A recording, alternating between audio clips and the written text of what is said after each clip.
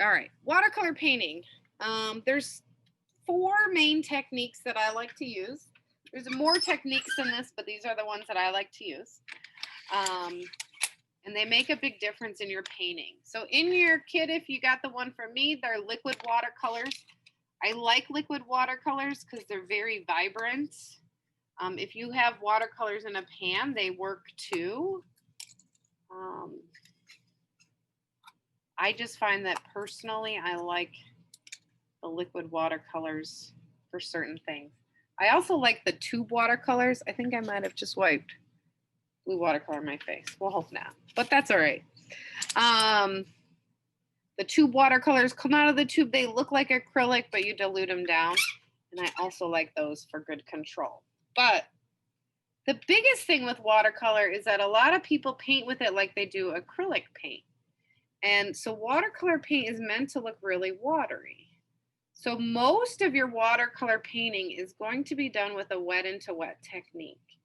And that's where you wet the paper first. And so I'm going to kind of try to tip this here. There we go. So we can catch the reflection.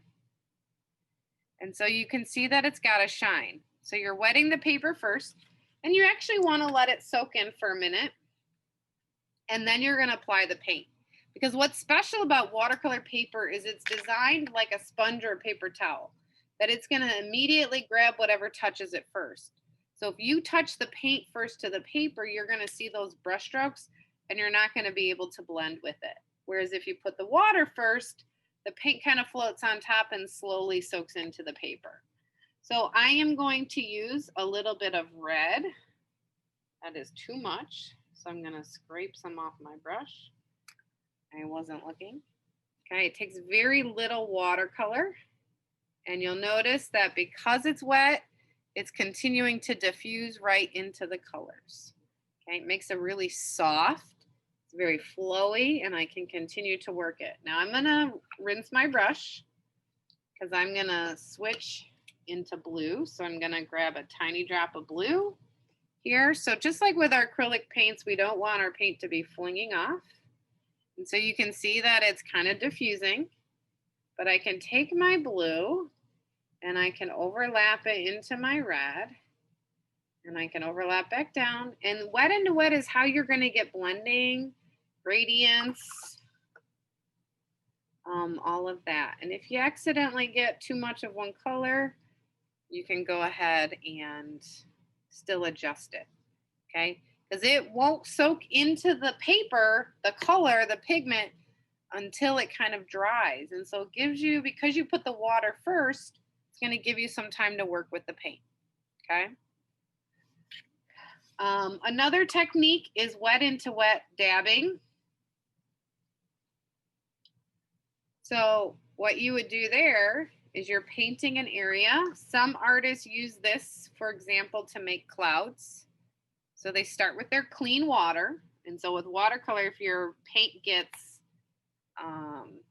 messy, your water gets messy, you really gotta just dump it and get some clean water, okay? So I have my sky. It's really soft and flowy because I put my water down first, okay? And then if I wanna make clouds, there is a such thing as white watercolor, but what it makes the most sense to do is to just leave the white areas white. But you can actually dab up the paint. That was actually too fat. I'm gonna try again. It almost works better with a Kleenex because you can wad them up, whereas a paper towel, you have to have a Kleenex nearby. So you can kind of make a shape and you can kind of pull some of the paint off. So you can dab. You can also do the opposite of that, and you can dab the paint on strategically. So say I have a fairly nice cloud shape here, but now I want to go in and I want to emphasize it. I'm going to use a little bit of the black. I'm going to put a super tiny bit amount on there, and then I'm going to put it in the water to dilute it down. I want to make sure, though, it's not super wet. And I can dab in the paint as well. So you can do a combination of the techniques always. You can dab the paint on into the wet. You can also dab it with a tissue. And you can kind of do a combination of both if you are trying to make a certain effect. Wet into wet drops is really fun. It reminds me of fireworks. So I'm wetting the area. Okay. And this is really fun because they just it's kind of magical. You just touch the tip of the brush down, and what you'll see is that the color explodes out into little puffs of color. So your surface has to be pretty wet in order for this to work, and you're just touching it down.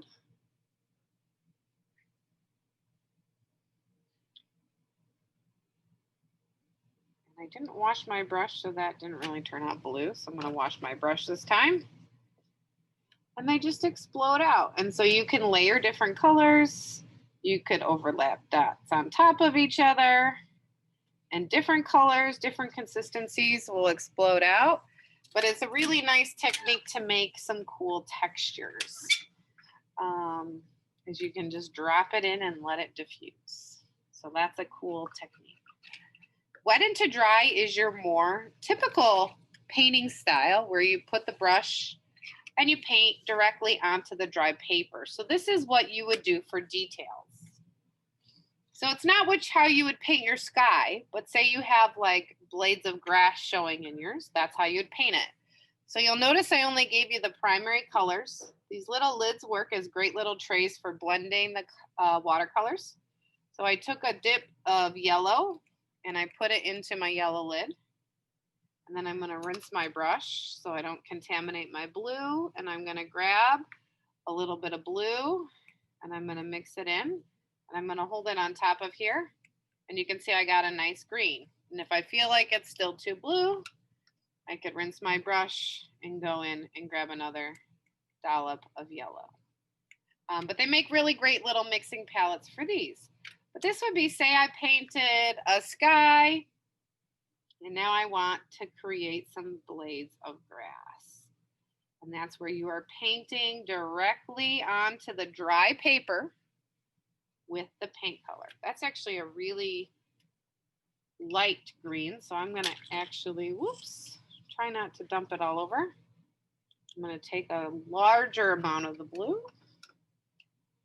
I'm going to take a larger amount of the yellow. I'm going to make it slightly more concentrated. Now, wet into dry does not mean that there's no color underneath it, but it does mean that whatever is underneath what you're painting is totally and completely dry. So that doesn't mean that what you painted was 5 minutes ago. It means that whatever you painted is totally and completely dry. Because if I were to take and paint like this on a wet area, the color is going to slowly diffuse out. Do those differences make sense to you? We feel pretty good about the differences? Okay. So you can actually use your small strip. You can make these exact samples to remind yourself. You could just play around with the paint before you commit to your big image. Okay. So a couple things to know about watercolor when you're doing your big image that's a little different than just these isolated little samples. You can't just paint from bottom to top in a watercolor painting because your colors will start to crisscross and contaminate each other, especially when I'm using green next to red, which are opposite. I don't want it to turn into brown mush. So what you'll notice is that I had to leave gaps in my painting, and I painted 3 petals next to each other, but what I did was I painted this petal, and this petal, and then I painted a whole bunch of other areas before I came back and painted this petal here. And so some things to think about when you decide what you're going to make for your watercolor painting.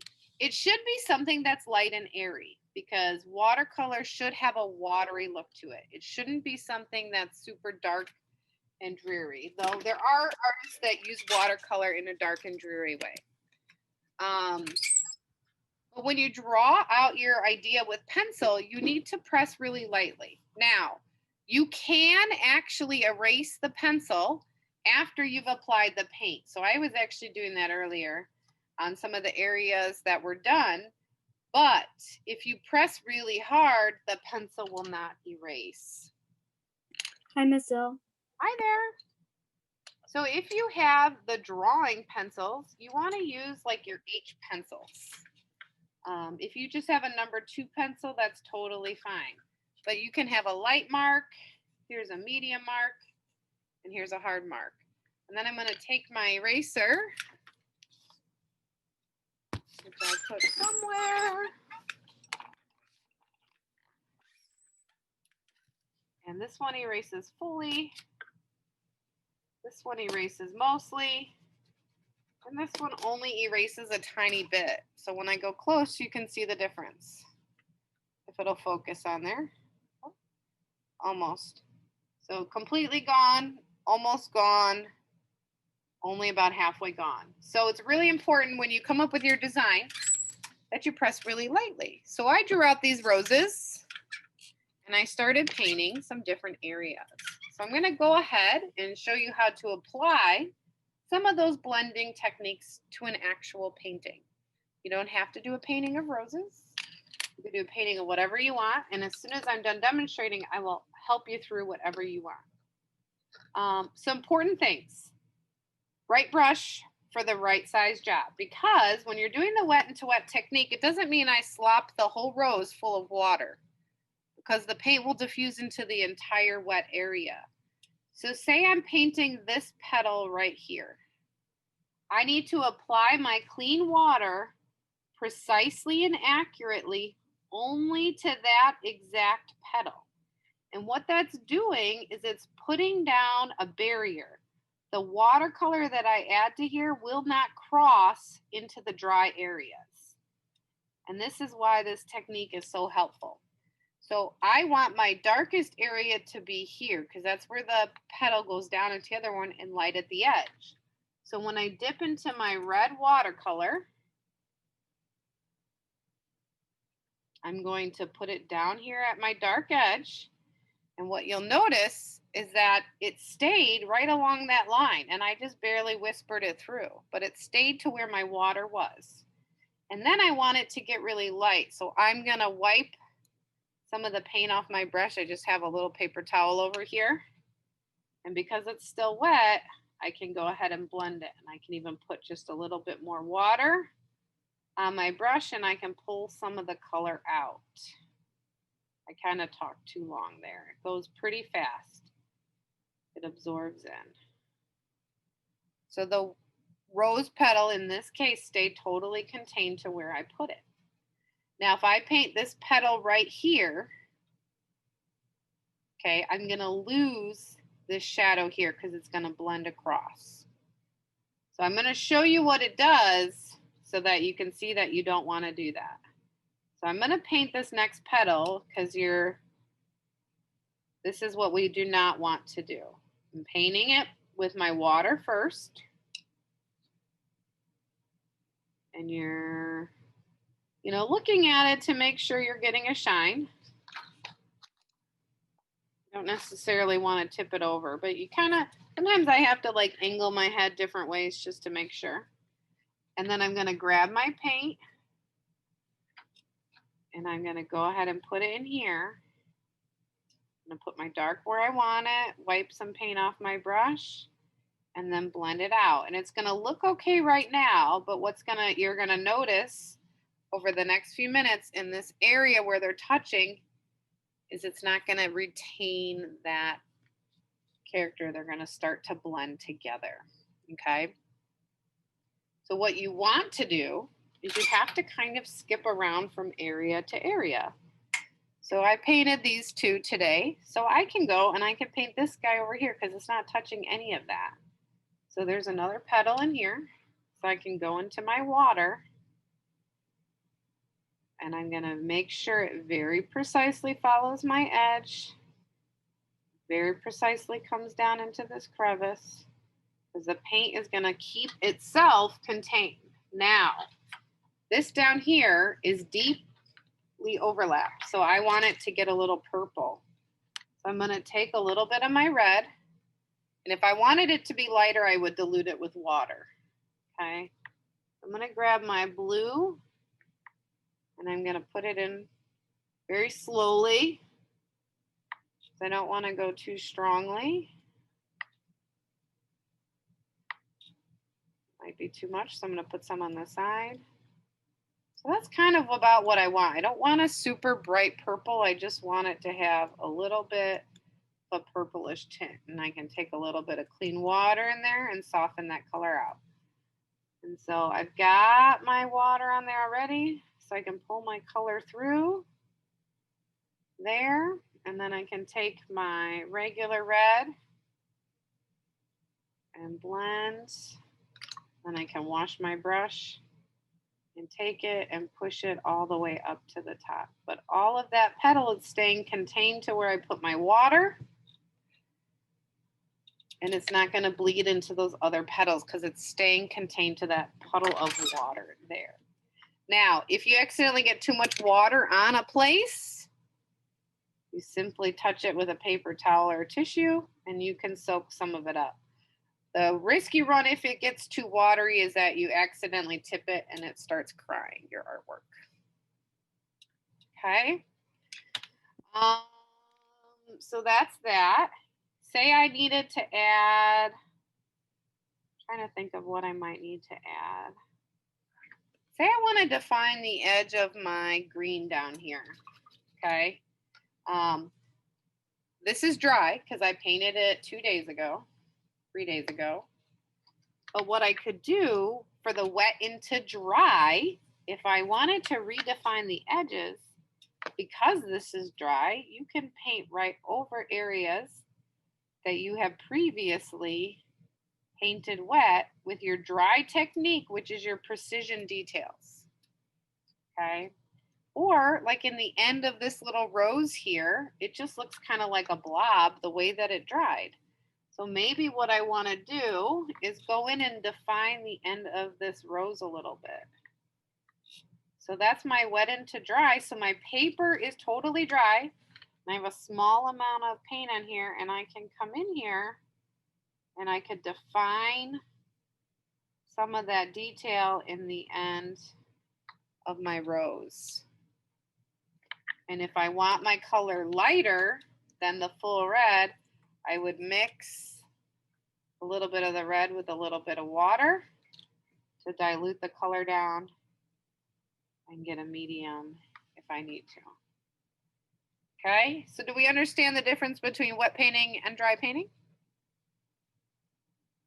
Awesome. All right.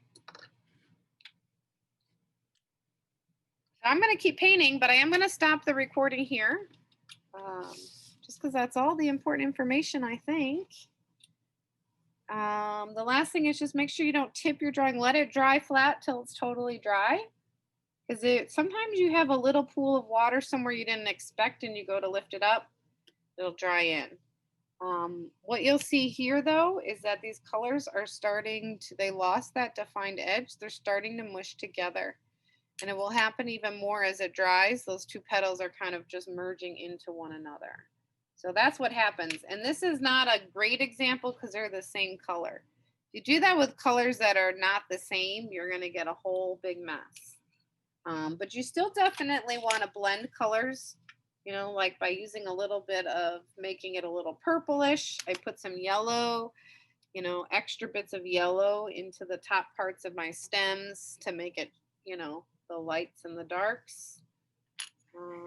That's all I got.